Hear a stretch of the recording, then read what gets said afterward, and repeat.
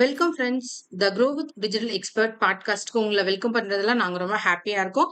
Digital marketing, AI, business, entrepreneurship, இதே content creation இந்த மாதிரி லைன்ல இருக்கிற ரியல் டைம் எக்ஸ்பீரியன்ஸ் உள்ள ஹைஃபை பீப்பிள்ஸோட இன்சைட்ட உங்ககிட்ட கொண்டு வந்து சேர்க்கிறது தான் எங்களோட பாட்காஸ்டோட மெயின் கோல். ஸோ அந்த லைன்ல இன்னைக்கு நம்ம கூட ஜாயின் பண்ணியிருக்கிறவங்க த புக் ஐடியாஸ் யூடியூப் சேனலோட CEO. Welcome sir, mister Palthurai Pandi. உங்கள எங்களோட பாட்காஸ்ட்க்கு வெல்கம் பண்றதுல நாங்க ரொம்ப ஹாப்பியா இருக்கோம். இவர பத்தி சொல்லணும்னா, இவரு content creator, book reader. Book ரொம்ப லவ் பண்ணி ரீட் பண்றாரு. அது மட்டும் இல்லாம, இப்ப ரீசென்ட்டா முடிஞ்ச முத்தமிழ் முருகன் தமிழ் மாநாட்டுல வந்துட்டு பங்கேற்றிருக்காரு. So welcome to the show sir. So உங்களோட ஜர்னி எப்படி இருந்துச்சு? கான்டென்ட் கிரியேஷன் எப்படி இருந்துச்சுங்கிற இந்த பாட்காஸ்ட்ல நீங்க எங்களோட வியூவர்ஸ்க்காக ஷேர் பண்ண போறீங்க. So once again we will welcome to the show. We heartily welcome you, sir, to our podcast channel, Grow with Digital Experts. So we shall start the session, sir. வணக்கம் எல்லாத்துக்கும். ஆக்சுவலாக ரொம்ப சந்தோஷம். நான் இந்த க்ரோ வித் டிஜிட்டல் எக்ஸ்பர்ட் இதில் பேசுகிறதுல எனக்கு ரொம்ப ரொம்ப சந்தோஷம். என்னைய ஒரு இதாக கூப்பிட்டதுக்கு ரொம்ப நன்றி. என்னுடைய பேர் பார்த்தீங்கன்னா எஸ் பால்துரை பாண்டி. நான் திண்டுக்கல் மாவட்டம் நிலக்கோட்டை தாலுகா ஒருத்தட்டு என்ற ஒரு குட்கிராமத்திலிருந்து பிறந்து வளர்ந்த ஒரு பையன். என்னுடைய கிராமம் பார்த்தீங்க அப்படின்னா ஒரு அத்திப்பட்டி போன்ற ஒரு ஊர் தான். ஏன் இந்த அத்திப்பட்டின்னு சொல்கிறேன் அப்படின்னு கேட்டிங்கன்னா, சிட்டிசன் படத்துல அத்திப்பட்டி காணா போன மாதிரி என் ஊரும் இன்னைக்கு வந்து காணா போயிருக்கு. எப்படின்னு கேட்டீங்க அப்படின்னா, என்னுடைய ஊர் வந்து 8 வில்லேஜுக்கு விஓ. ஒரு விஓங்கிறது 10 ஊர் 18 ஊர் சேர்ந்த ஒரு விஓ. அது மாதிரி 8 விஓவுக்கு ஒரு ரெவன்யூவா இருக்கக்கூடிய ஒரு ஊர் தான். ஆனா என் ஊர்ல வந்து இன்னைக்கு மக்கள் வந்து மிக குறைவு, யாருமே இல்லை. அதே மாதிரி பாத்தீங்கன்னா என் ஊருக்கு 3 கிலோமீட்டர்ஸ்க்கு மேல பொது போக்குவரத்தே கிடையாது எந்த ஒரு இடத்துலையும். நம்மளுடைய பைக் ஆர் இதுல தான் போக முடியும். அந்த மாதிரி ஒரு குட்கிராமம் தான் என்னுடைய ஊர். அந்த ஊர்ல இருந்து பிறந்து வளர்ந்த பையன் தான் நான் வந்து திண்டுக்கல்ல வந்து பிசி அண்ட் எம்சிஏ முடிச்சுட்டு அடுத்து டிசிஎம் அப்படிங்கிற ஒரு கோர்ஸ் முடித்தேன். அது மூலியமா கூட்டுறவுத்துறையில மாவட்ட ஆட்சியர் மூலியமா பணியாளர் கூட்டுறவு சிக்கன நாணய சங்கத்துல செயலாளராக பணிபுரிகிறேன். வத்தலகுண்டில் இருக்கக்கூடிய ஒரு சங்கத்துல செயலாளராக பணிபுரிகிறேன். மேலும் என்னுடைய டயத்தை வந்து அதிகமாக பயன்படுத்தக்கூடியது வந்து என்னன்னு கேட்டிங்கன்னா புக்கு படிக்கிறது. இந்த புக்கு படிக்கக்கூடிய ஒரு விஷயம் வந்து எனக்கு எப்போ தொடங்குச்சு அப்படின்னு கேட்டிங்கன்னா, இன்னைக்கு இருக்க ஜென்ரேஷனுக்கு 10th படிக்கும்போது எனக்கு ஒரு அனுபவம் தான் பெரியது. இதை மாற்றக்கூடிய ஒரு விஷயம்.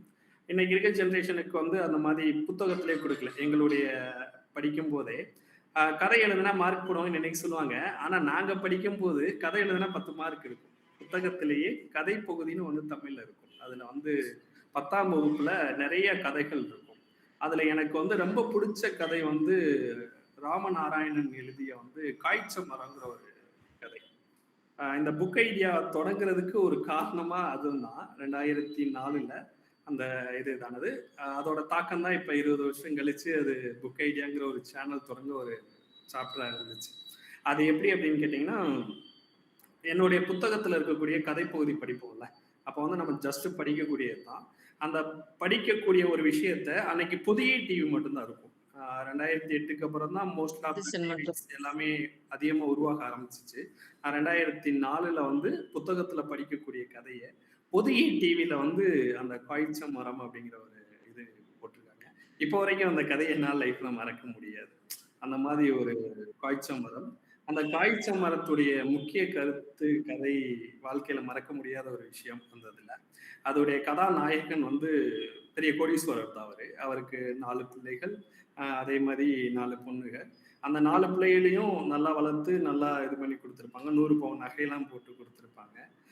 திருமணம் முடிந்ததுக்கு அப்புறம் வந்து அந்த 4 பையங்களுக்கும் அந்த அம்மா அப்பா 2 பேத்தையுமே அவங்க கொஞ்சம் பிரிச்சு விட்டுருவாங்க. ஆக்சுவலா வந்து அந்த டயத்துல வந்து ஃபர்ஸ்ட் ஸ்டார்டிங்ல மட்டும் எல்லாமே அரிசி பருப்புல இருந்து எல்லாத்தையுமே தானியம் எல்லாத்தையுமே பிரிச்சு 4 பிள்ளைகளுக்கும் கொடுத்துருவாங்க. ஏன்னா அவங்களுக்கு வந்து எங்களுக்கு தேவை வந்து 4 நேரம் 3 நேரம் சாப்பாடு அந்த மாதிரி சொல்லிட்டு எல்லாமே கொடுத்துருவாங்க. கொடுத்ததுல வந்து லாஸ்டா வந்து ஒவ்வொருத்தவங்க வீட்லயும் ஒரு மாதம் இருக்கணும் அப்படின்னு சொல்லும்போது ஸ்டார்டிங்ல தொடக்கத்துல வந்து அவங்களுக்கு வந்து நிறைய நல்ல கவனிப்புகள் இருக்கும். ஏன்னா சொத்துவத்தெல்லாம் நிறைய கொடுத்துருக்காங்கல்ல, அந்த மாதிரி கொடுத்தனால அவங்களுக்கு நிறைய இருந்தது.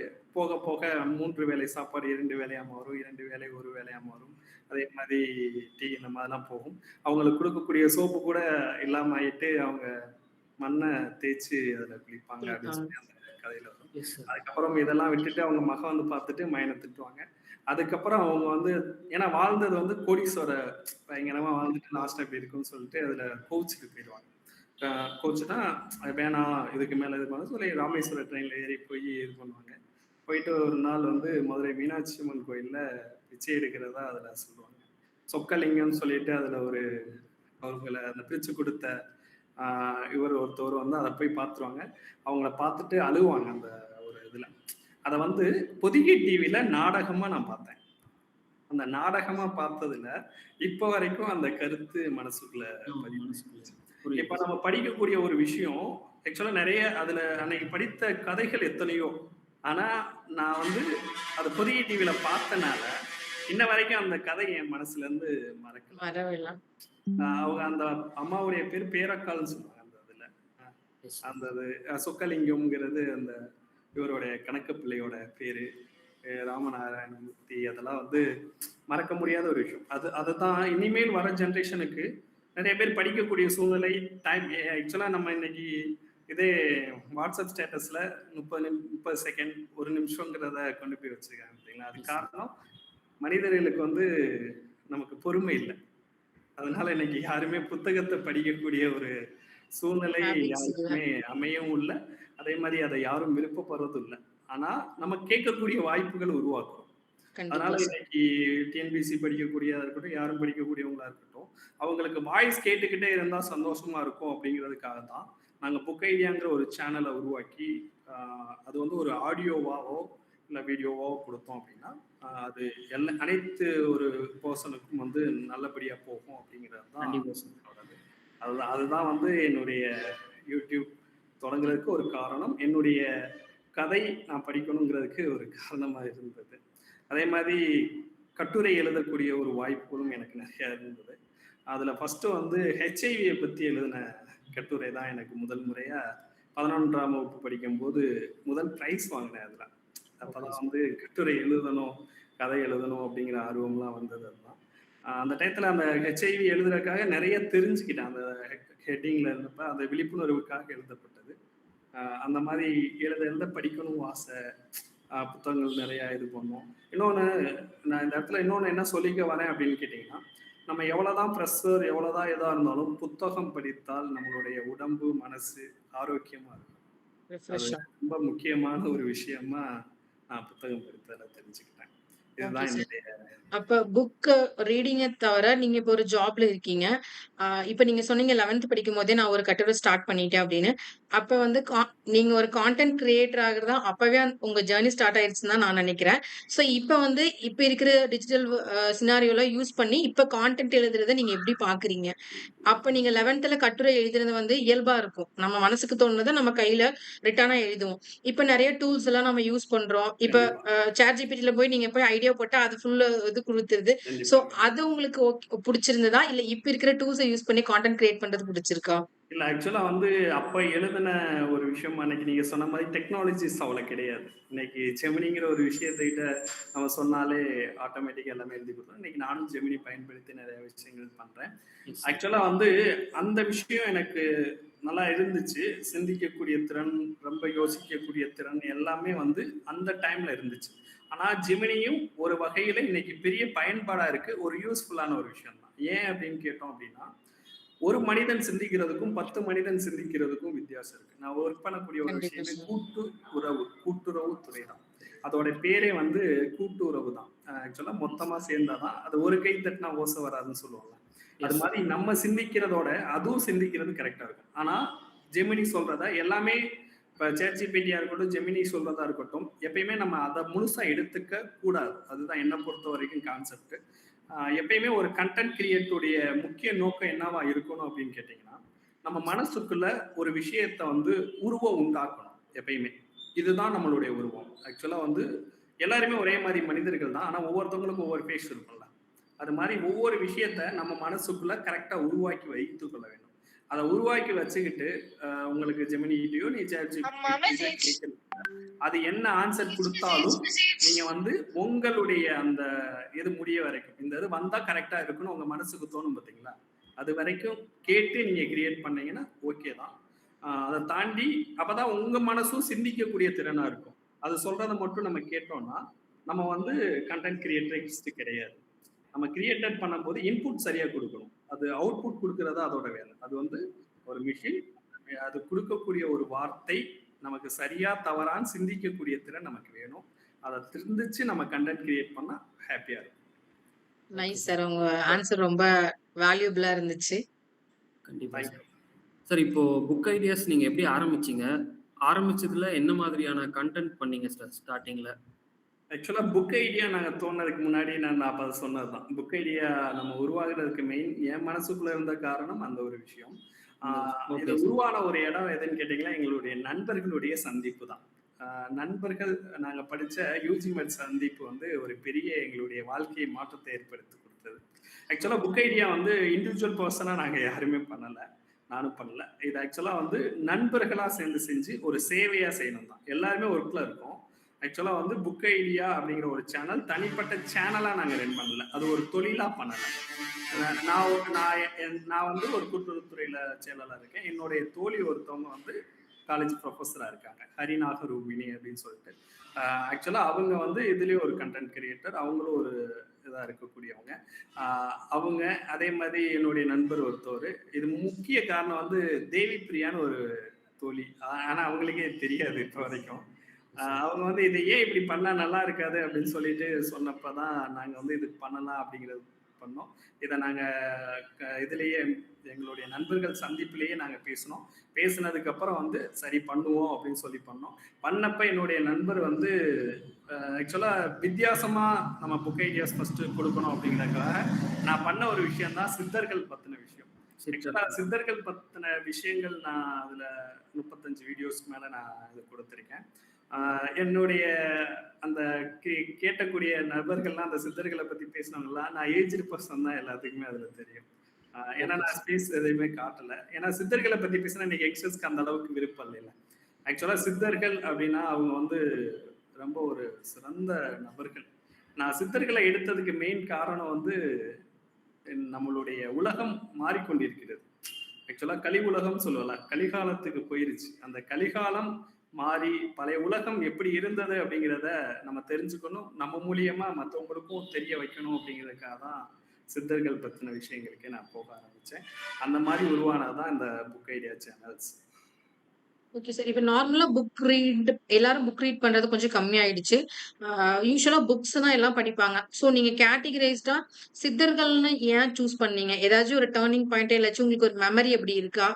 ஏன்னா ஒரு ஏதாச்சும் டர்னிங் பாயிண்ட் இருந்தா தான் நம்ம அங்க போவோம். ஏதாச்சும் தேடி தான் நம்மளுக்கு தேடல் உருவாகும். அதனால தான் அது வழி காட்டும் நம்மளுக்கு. சோ அந்த டர்னிங் பாயிண்ட் என்ன? நீங்க ஏன் இத சூஸ் பண்ணீங்க? சித்தர்கள் ப்ளாக். ஆக்சுவலா வந்து சித்தர்கள் அப்படின்னாலே நம்ம என்ன நினைக்கிறோம் அப்படின்னா அவங்க ஒரு ஆன்மீகவாதி அப்படிங்கிறது தான் எல்லாத்தோடைய நினைப்பு.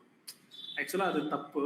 எனக்கு போனதுக்கு மெயின் காரணம் வந்து இப்ப வரைக்கும் ஒரு விஷயம் வந்து பல வருடமா என் கூட ஜேர்னி ஆகக்கூடிய ஒரு நண்பர் வந்து மயில். என்னுடைய தோட்டத்தில் இருக்கக்கூடிய மயில். மயில்னா பேரு மனிதர் அல்ல, மயில் தான், பீகாக் தான். அந்த பீகாக் வந்து என்னுடைய சிறந்த நண்பர்னே சொல்லலாம். அதுக்கு டெய்லியும் நான் காலையில உணவு வைப்பேன். அது என் கூட வந்து நல்லா பேசும். நான் அது கூட பேசுறப்ப அது ரியாக்ஷன் பண்ணும். அந்த ரியாக்ஷன்ஸ்ல வந்து எனக்கு தோணுன விஷயம், நான் என் தோட்டத்துக்கு பக்கத்துல அந்த மயில் இருக்கும், நான் அங்க இருப்பேன். அதுக்கு மேல மலை. அந்த மலையில டெய்லி பார்க்கும்போது இங்க ஒரு சித்தர்கள் வாழ்ந்தா எப்படி இருந்திருப்பாங்க. ஏன்னா எங்க ஊர் வந்து அழிஞ்சிருச்சு சொன்னேன்ல, அழிகிற ஸ்டேஜ். அப்ப ஏதோ ஒரு விஷயம் இங்க நடந்திருக்கு. அப்ப நம்ம ஏதோ ஒண்ணு பண்ணணும், ஏதோ ஒண்ணு பார்க்கணும் அப்படின்னு நினைச்சு நான் ஸ்டார்ட் பண்ண ஒரு விஷயம் தான் இந்த சித்தர்களை பத்தி படிக்க விஷயம். ஆனா என்ன சித்தர்கள் வீடியோவா போட வச்சது என்னுடைய நண்பர் தான். இந்த இதுல சித்தர்களை பத்தி கொடுத்தா நல்லா இருக்கும் அப்படின்னு தோண வந்துச்சு. ஏன் சித்தர்களை பத்தி தோணுது அப்படின்னு அவங்ககிட்ட கேட்டப்ப, நம்ம வந்து நிறைய புத்தகம் நிறைய விஷயங்கள் படிக்கிறோம், ஆனா எல்லாமே ஒரே மாதிரி விஷயத்த தான் கொண்டு போய்கிட்டு இருக்கு. கண்டிப்பா இதுக்கு முன்னாடி வந்து இப்ப நம்மளுடைய கோவில்கள்லாம் நம்ம பார்த்தோம்னா தெரியும். பெரிய பெரிய கோவில்கள் எல்லாமே வந்து பயங்கரமா கட்டியிருக்காங்க. தமிழர்கள் முன்னோர்கள் அவ்வளவு சிறப்பா எல்லாமே செஞ்சிருக்காங்க. பட் இதெல்லாம் எப்படி செஞ்சாங்க? ஏன்னா தஞ்சை பெரிய கோயில்ல அந்த கோபுரத்துல வைக்கக்கூடிய அந்த இதெல்லாம் எப்படி கொண்டு போனாங்க அப்படின்னு சொல்லும்போது, சரி ஏதோ ஒண்ணு நடந்திருக்கு, அப்ப வந்து நம்ம இதை பண்ணுவோம் பார்ப்போம் அப்படின்னு பண்ணப்பதான் இந்த சித்தர்களை பத்தி படிச்சேன். சித்தர்களை பத்தி படிக்கும் போது என் மனசுக்குள்ள நான் ஒரு மனிதன் அப்படிங்கிற ஒரு விஷயத்தை தாண்டி 4 பேத்துக்கு நல்லது செய்யக்கூடிய ஒரு மனிதனா இருக்கணுங்கிறது மட்டும்தான் எனக்கு அது தோண ஆரம்பிச்சிச்சு. அதனாலதான் நான் எல்லாத்துக்குமே சித்தர்களை கொண்டு போய் சேர்க்கணுங்கிறதுக்காக ஒரு கண்டென்ட் கிரியேட்டரா சித்தர்களை பத்தி ஆரம்பிச்சேன். அவர்கள் வந்து இந்த இது கோவில்ல எதுக்கு இதை சொன்னேன் அப்படின்னு கேட்டீங்கன்னா, அவங்க வந்து எல்லா விஷயத்திலுமே சிறந்தவர்கள். அவங்க வந்து ஆன்மீகவாதியே கிடையாது. அவங்க வந்து ஒரு சயின்ஸ், அவங்க வந்து ஒரு கணக்குல வந்து வித்தகர்கள், ஒரு அறிவியல்ல மாபெரும் வித்தகர்கள். அவர்களை அடிச்சுக்கவே முடியாது. அவர்கள் வந்து பயங்கர ஒரு விஷயங்கள் மனிதர்களுக்காக பண்ணியிருக்காங்க. அது சில காரணங்களுக்காக மறைக்கப்பட்டுருச்சு. நிறைய விஷயங்கள் அழிந்து கொண்டு வந்தது. அது மீண்டும் வரணும் அப்படிங்கிறது தான் எங்களுடைய முக்கியமான இந்த யூடியூப் சித்தர்களை பத்தி பேசுறதுக்கான காரணம். இப்போ திருவண்ணாமலையில அந்த அந்த மாதிரி இடத்துல எல்லாம் சித்தர்கள் எல்லாம் இருக்காங்க சார். அதை போயிட்டு வந்தோம் திருவண்ணாமலை. அந்த அதுலயும் சித்தர்களை பத்தின விஷயங்கள் நிறைய ஒவ்வொரு நீங்க எல்லா கோயிலுக்கும் போனீங்கன்னாலும் தெரியும். தஞ்சை பெரிய கோயில்லையே பின்னாடி ஒரு சித்தர் வச்சிருப்பாங்க. எல்லா கோவில்லையுமே ஒரு சித்தர் வச்சிருப்பாங்க. ஏன் அந்த சித்தர் வச்சிருக்காங்கன்னா, அந்த கோவில் பிரதிஷ்டை பண்றப்ப அவங்கதான் அதுல முக்கியமானவங்களா. ஆமா ஆமா சார். எல்லா இடத்துலயுமே பள்ளி கோயில பாத்தீங்கன்னா போகர் இருப்பார். அந்த நவபாசன சிலை எங்க முருகன் கோயில இருக்கக்கூடிய சிலையே வந்து அவர் பண்ண மாதிரி தான் சொல்லுவாங்க. அது எங்க ஊர் பக்கத்துல இருக்கக்கூடிய கன்னிவாடிங்கிற ஒரு மலையில பண்ண மாதிரி தான்.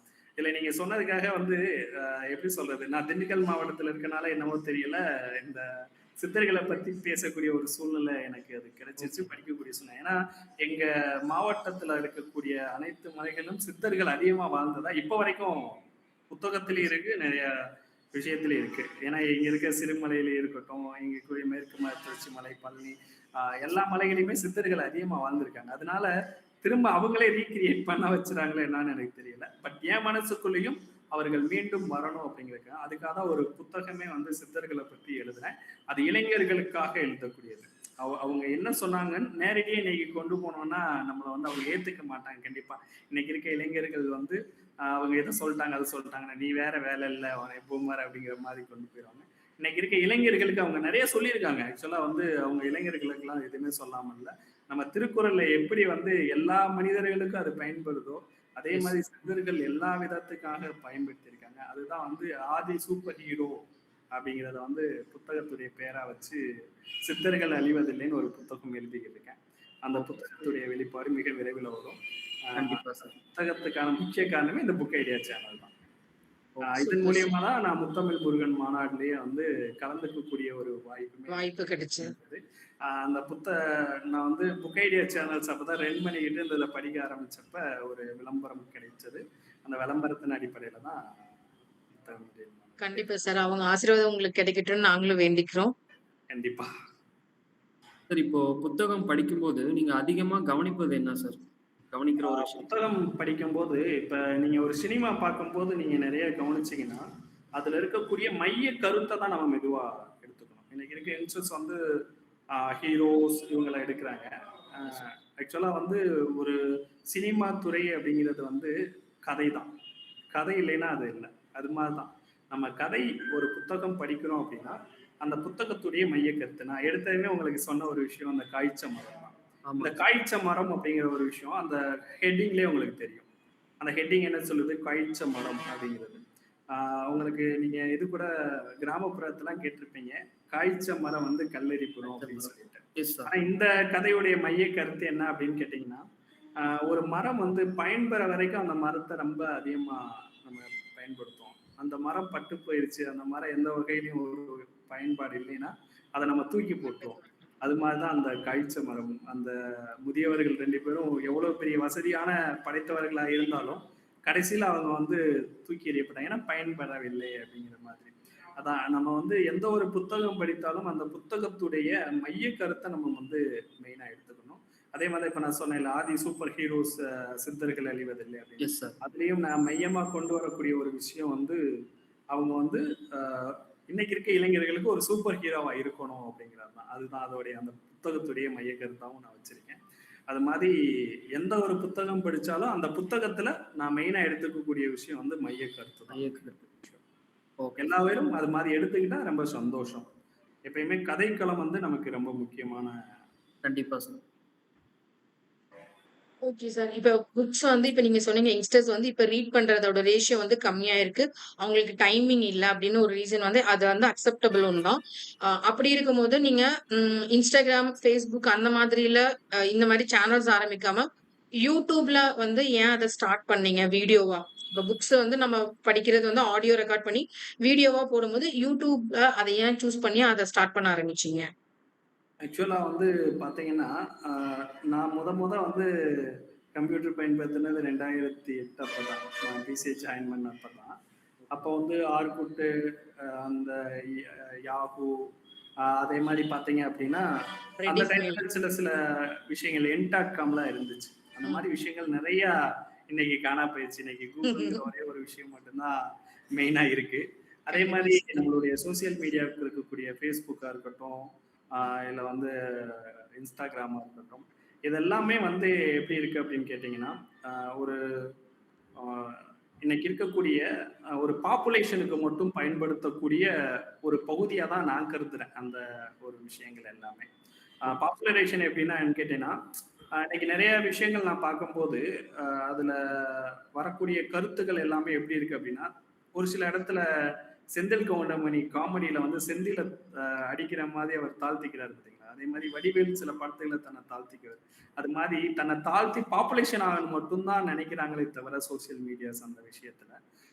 ஒரு மைய கருத்தா கொண்டு போகணும்னு நினைக்கல. ஆனா எங்களுடைய அந்த புக் ஐடியாங்கிற சேனல் நாங்க யூடியூப்ல தொடங்குனதுக்கு மெயின் காரணம் என்ன அப்படின்னு கேட்டீங்கன்னா, இது வந்து புக்கு சம்பந்தமான ஒரு விஷயம். பெருசா போகணும் அப்படிங்கிறதுக்காக மட்டும் தான். நாங்க வந்து அது வீடியோஸா ஆக்சுவலா வந்து ஒரு வாய்ஸா மட்டும் தான் அதுல நாங்க குடுக்குறோமே தவிர, இப்ப வரைக்கும் வீடியோஸா போடல. ஆக்சுவலா வீடியோ போடக்கூடிய ஒரு சூழ்நிலை வரும். அது பள்ளி படிக்கக்கூடிய மாணவர்களுக்காக ஒரு பிராக்டிகலா தெரிஞ்சுக்கணும் அப்படிங்கிற ஒரு விஷயத்துக்காக அதை நாங்க பண்ணலாம்னு இருக்கோம். அதுக்காக தான் நாங்க மெயினா வந்து யூடியூப்ஸை வந்து செலக்ட் பண்ணது. ஏன்னா இது வந்து ஒருத்தங்களுக்கு ஒருத்தவங்க மோஸ்ட்லி ஃபார்வர்ட் அதிகமா ஆகாது. இது வந்து தேடி கண்டுபிடிக்கக்கூடிய ஒருத்தவங்களுக்கு விருப்பப்படக்கூடிய ஒருத்தவங்களுக்கு தான் வந்து யூடியூப்ஸ் கிடைக்கும். நீங்க ஃபேஸ்புக்கா இருக்கட்டும், இது ஒருத்தவங்க ஃபார்வர்ட் பண்றப்ப அது இதாகும். இது தேடி கண்டுபிடிச்சு அவங்க படிக்கணும் அப்படிங்கிறது தான் எங்களுடைய மைய கருத்து. அதனால தான் நாங்க வந்து யூடியூப்ல வந்து இதை மெயினா ஸ்டார்ட் பண்ணோம். Okay sir. Thank you sir. Super.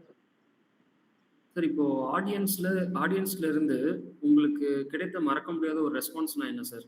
Audience கிட்ட. நீங்க யூடியூப்ல சொல்றீங்களா? இல்ல நான் பேசின விஷயத்துல நிறைய 2மே சார். இல்ல போத் 2மே ஏதோ ஒண்ணு சொல்லுங்க. 2மே சார். ம். ஓகே. ஆக்சுவலா வந்து பார்த்தீங்கன்னா, யூடியூப்ல மெயினா வந்து நான் சித்தர்கள் பத்தி தான் அதிகமா பேசியிருந்தேன். Okay sir. அதனால வந்து என்ன ஒரு ஏஜ்டு பெர்சனா தான் அதுல ம். கன்சிடர் பண்ணியிருந்தாங்க. போர்ட்ரெய்ட் ஆயிட்டீங்க. ஏன்னா ஏன்னா யங்ஸ்டர்ஸ் இந்த அளவுக்கு மோஸ்ட்லி யாரும் வந்து சித்தர்கள பத்தி எடுத்து பேச பயன்படுத்துறது இல்ல. மாட்டாங்க. அதுல வந்து பாம்பாட்டி சித்தர பத்தி பேசின வீடியோஸ்ல நெறைய கமெண்ட்ஸ் வந்துருச்சு பயங்கரமா. அந்த ஒரு விஷயம்லாம் லைஃப்ல மறக்க முடியாத விஷயங்கள் தான். Okay sir. பாம்பாட்டி சித்தர் எப்படி வந்து அவர் சித்தர் ஆனாரு. அவர் வந்து ஒரு பாம்பு பிடிக்கக்கூடிய ஒரு பர்சனா இருந்து, அவருக்கு எப்படி வந்து சித்தம் கிடைச்சுச்சு, அந்த அந்த ஒரு விஷயத்த வந்து நான் குடுத்திருந்தேன். அது எனக்கு ரொம்ப பிடிச்சிருந்தது. அதே மாரி பார்த்தீங்கன்னா, சித்தர்கள் அழுவதில்லை.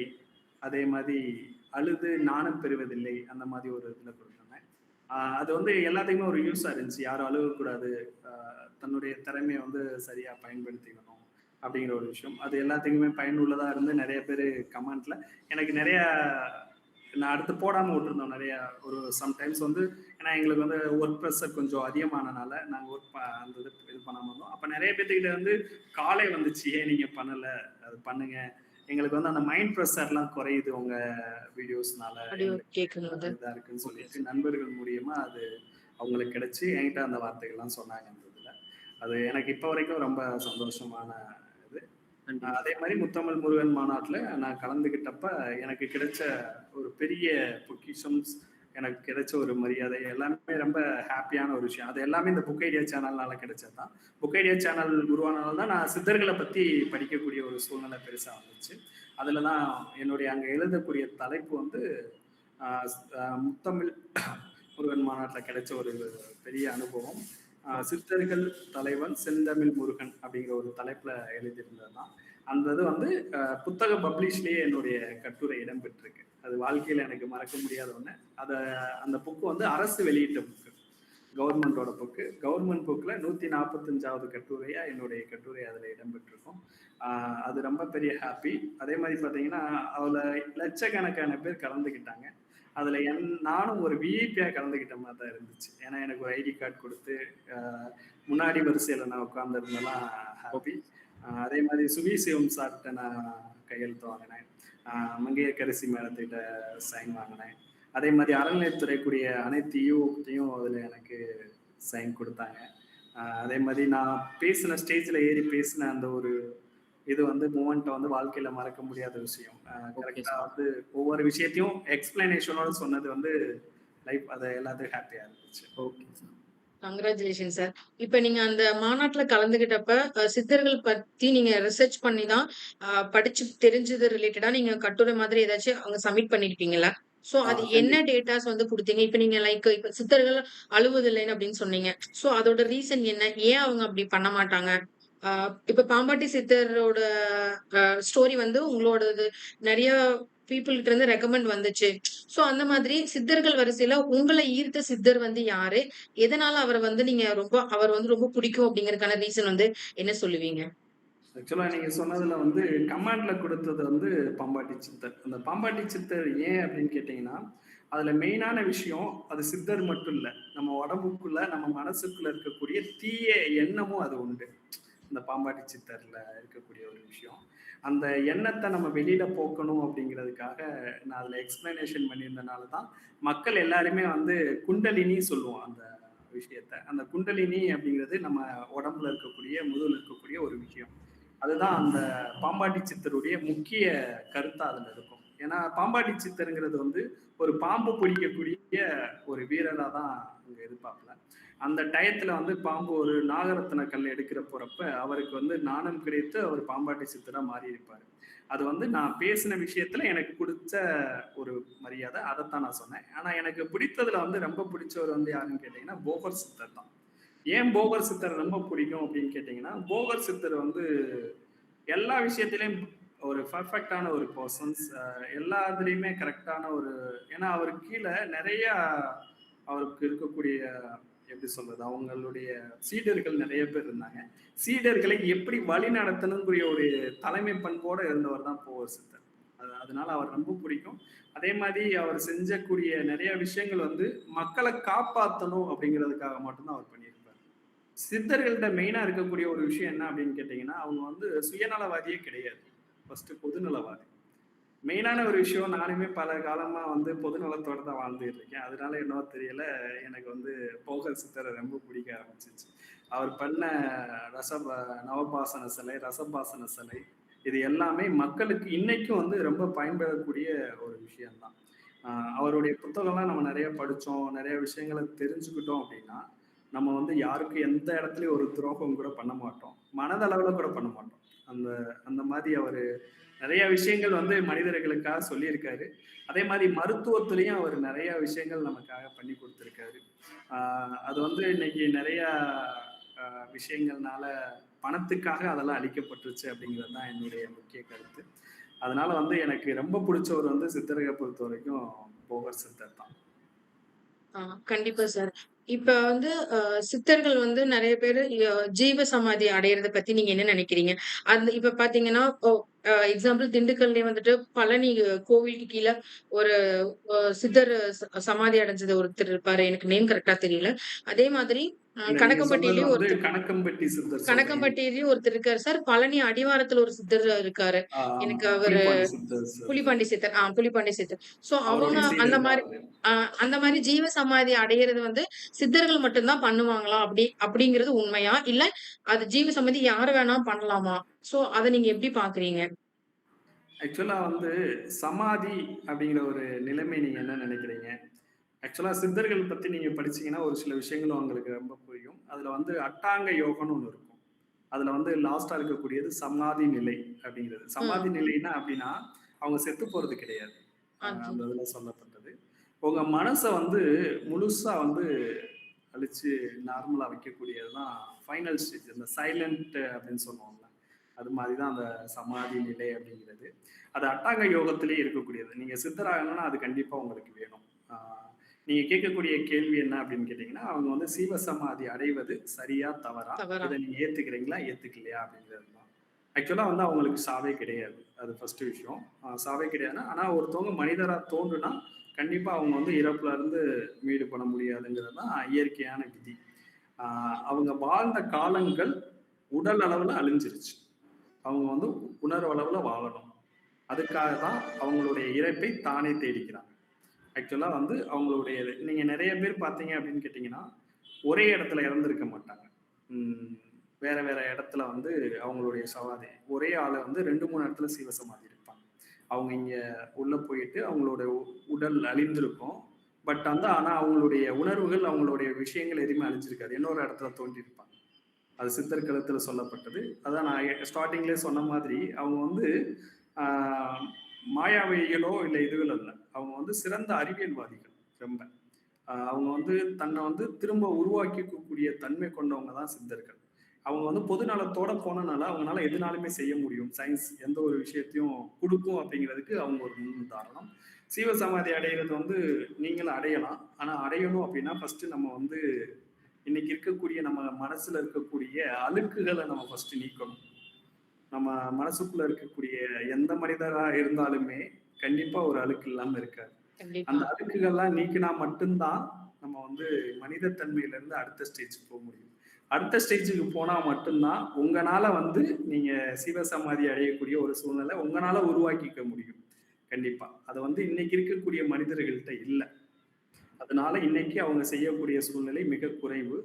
இனி வருங்காலங்கள்ல சித்தர்களை பத்தி அதிகமான விஷயங்கள் வரப்பெற்று அது அவங்க அதிகமா படிக்கப்பட்டு அவங்களோட விஷயங்கள் அதிகமா தோன்றுச்சு அப்படின்னா கண்டிப்பா இனி வருங்காலங்கள்ல அது நடக்கலாம். மீண்டும் எனக்கு பொறுத்த வரைக்கும் பழைய காலங்கள் மீண்டும் தோன்றும். அதுல எந்த ஒரு மாற்றமும் இல்லை. ஏன்னா எங்களுடைய கருத்துப்படி நாங்க வந்து முருகன் ஆட்சி அமையும், முருகனை பத்தி நிறைய இது பண்ணுவாங்க அப்படின்னா. ஏன்னா சித்தர்கள் தலைவன் செந்தமிழ் முருகன்ங்கிறது தான் என்னை பொறுத்த வரைக்கும். சித்தர்களுக்கெல்லாம் தலைவன் முருகன் தான். ஏன்னா அவருமே ஒரு சித்தர் தான். கண்டிப்பா அந்த சார். விஷயத்த அந்த விஷயங்கள் ஏன்னா இன்னைக்கு முருகன் அழியவே இல்லைல்ல. எந்த சித்தர்கள் இல்லாம போனாலும் முருகனுடைய விஷயம் தமிழ்நாட்டை பொறுத்த மாறாது. வரைக்கும் எப்பயுமே அழியாது. அதுக்கெல்லாம் வாய்ப்பே கிடையாது. அவர் இருக்க வரைக்கும் திரும்ப சித்தர்கள் தோன்றப்படுவார்கள். நீங்க சொன்ன மாதிரி சீவசமாதி அடையக்கூடியவர்கள் மீண்டும் வரப்பெறுவார்கள். கண்டிப்பா thank you sir. Sir. Thank you.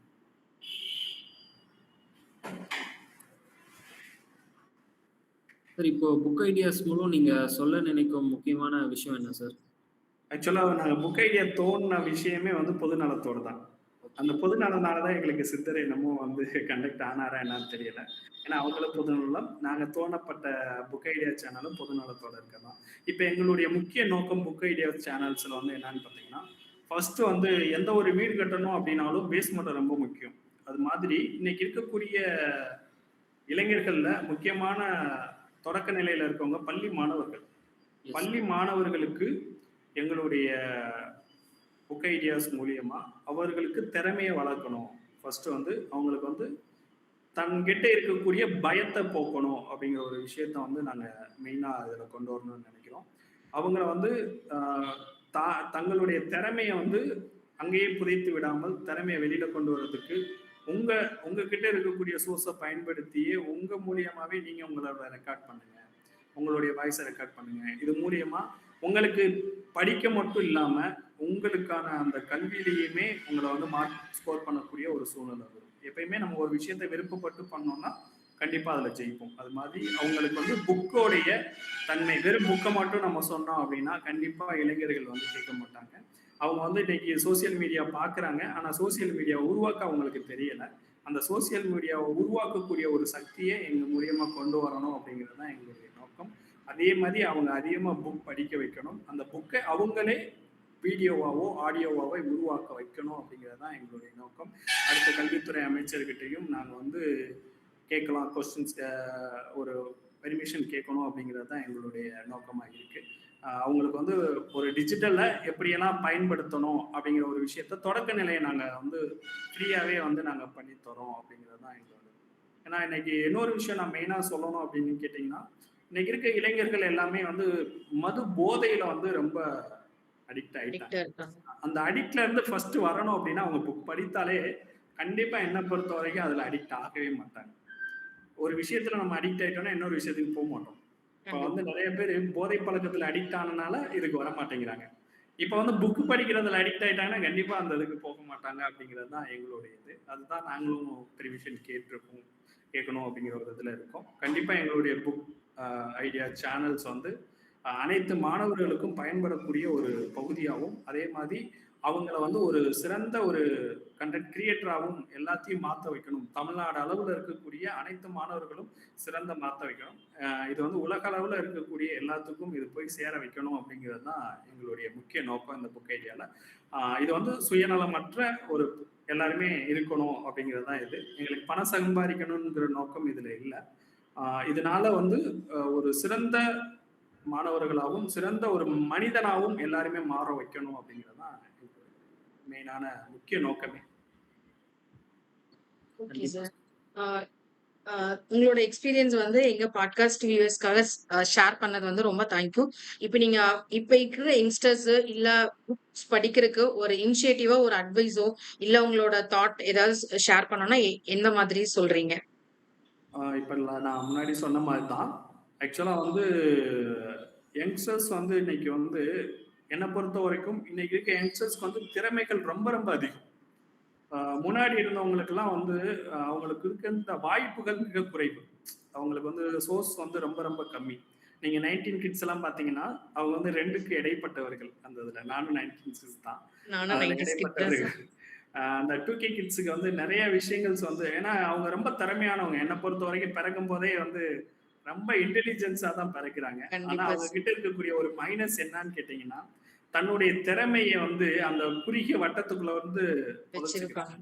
என்னை பொறுத்த வரைக்கும் அது குறுகிய வட்டமா இல்லாம ஒரு நீண்ட வட்டமா மாறணும் அப்படிங்கிறது தான் என்னுடைய ஆசை. உங்ககிட்ட இருக்க திறமையை நீங்க வெளிக்கொண்டு வாங்க. அது நல்ல வழியில கொண்டு வாங்க. தவறான வழியில நீங்க கொண்டு போகாதீங்க. ஏன்னா இன்னைக்கு எல்லாருமே ரவுடிசம் தான் வந்து ரொம்ப எல்லாத்துக்குமே என்னை பார்த்து பயப்படுறாங்க. அப்ப நான் தான் பெரிய ஆள் விரும்புறாங்க. அப்படிங்கும்போது, அந்த மாதிரி இளைஞர்களுடைய மனசுல அந்த இது போகுது. நீங்க புத்தகம் படிச்சு பாருங்களேன். கண்டிப்பா வந்து உங்க மனசு அப்படி போகவே போகாது. அதனால புத்தகம் இளைஞர்கள் படிக்க ஆரம்பிச்சாலே, அந்த ஒரு விஷயத்துல இருந்து வெளியில வந்துருவாங்க. ஆட்டோமேட்டிக்கா அது என்ன பொறுத்தவரைக்கும் சரியாகக்கூடிய வாய்ப்பு இருக்கு. இளைஞர்களுக்கு நான் சொல்லக்கூடிய ஒரே ஒரு விஷயம் என்ன அப்படின்னு கேட்டீங்கன்னா, உங்களுடைய திறமையை நீங்கள் நல்ல வழியில பயன்படுத்தி தமிழகமா இருக்கட்டும், இல்ல இந்தியாவா இருக்கட்டும், மெச்சுற அளவுக்கு நம்ம வாழ்ந்தா எனக்கு சிறப்பா இருக்கும் அப்படிங்கிறது தான் என்னுடைய மெயினான கருத்து. அதே மாதிரி உங்களுடைய வாழ்க்கை தரமும் மாறும். இன்னைக்கு வந்து தன்னுடைய அறியாமையில வந்து நிறைய பேர் வந்து மது போதையில சிக்கிக்கிறாங்க. அதே மாதிரி இந்த ரவுடி விஷயத்துல போயிட்டு தன்னுடைய வாழ்க்கை மட்டும் இல்ல தன்னுடைய குடும்பத்துடைய வாழ்க்கையும் சேர்த்து அழிச்சுக்கிறாங்க. அந்த அழிவுல இருந்து மீளணும் அப்படின்னா அவங்க வந்து வெளியில வந்து புத்தகம் படிக்க ஆரம்பித்தாலே கண்டிப்பாக அவங்களுடைய வாழ்க்கை மாறும் அப்படிங்கிறதான் என்னுடைய மெயினான கருத்தை அதுல வைக்கிறேன். Okay sir.